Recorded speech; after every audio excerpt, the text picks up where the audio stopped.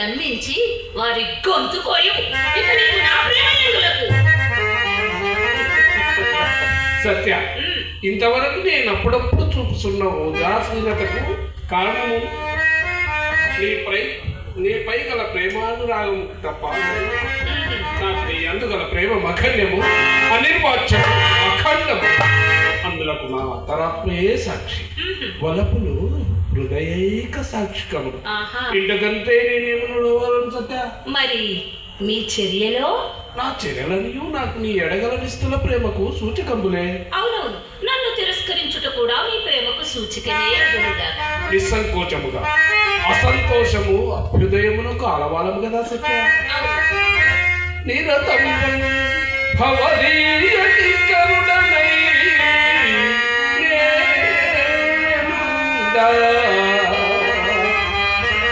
నీవౌకమో పరిపృప్తింగని నన్నికే ప్రార్థింపలేము జనచో అరవిందాచి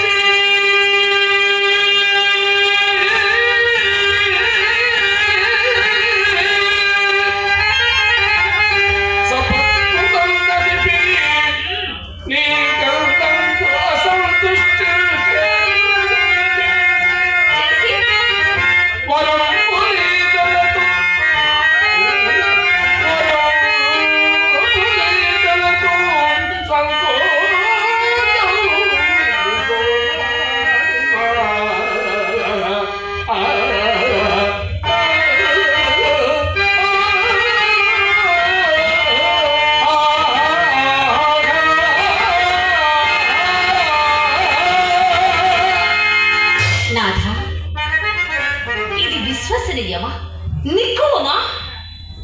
సత్య, అంత నమ్మకం లేకున్నా ఇప్పుడుగా వరబడికి పరీక్షింపవచ్చును కదా.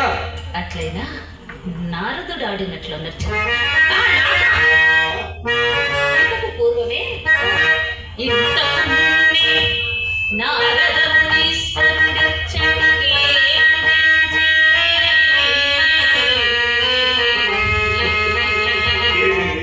నారద మహర్షి వచ్చినా వచ్చి వచ్చి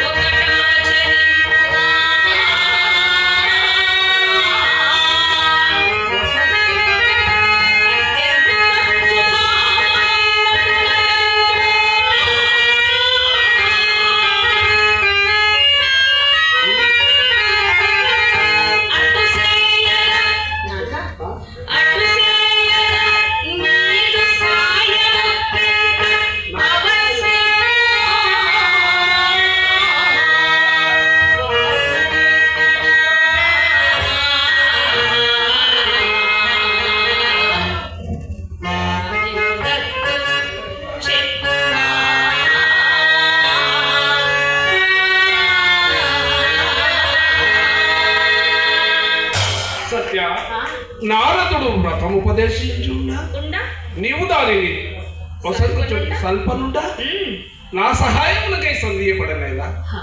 సత్య, చెప్పుట కాలస్యం గాని చేయుటికి మాత్రం కలిగబోతున్నా. నారద మునీంద్రుల వారు నాకు పుణ్యక వ్రతం ఉపదేశించారు. ఆ వ్రత విధానం మీకు తెలియదా?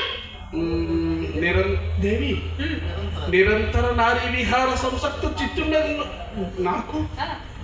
ఆ వ్రత విధానం ఎట్లెక్కబడును? అదేదో నువ్వే నుడవలేదు కానీ నాకేమాత్రం తోచుకోలేదు. అట్లయినా మీరు ఊహింపలేదని ఒప్పుకోలేదురా. చెవిలో చెప్పేదా రెండు? ఓ రహస్యమేమో. ఆ రహస్యమే ఏమిటో?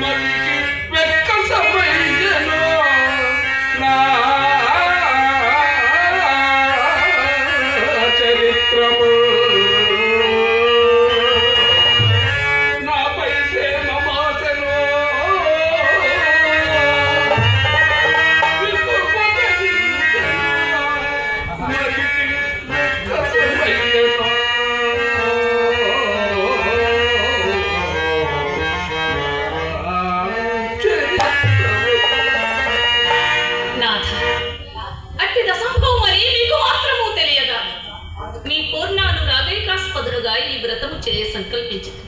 వ్రతానంతరమున మీ దానం ఆవశ్యకం.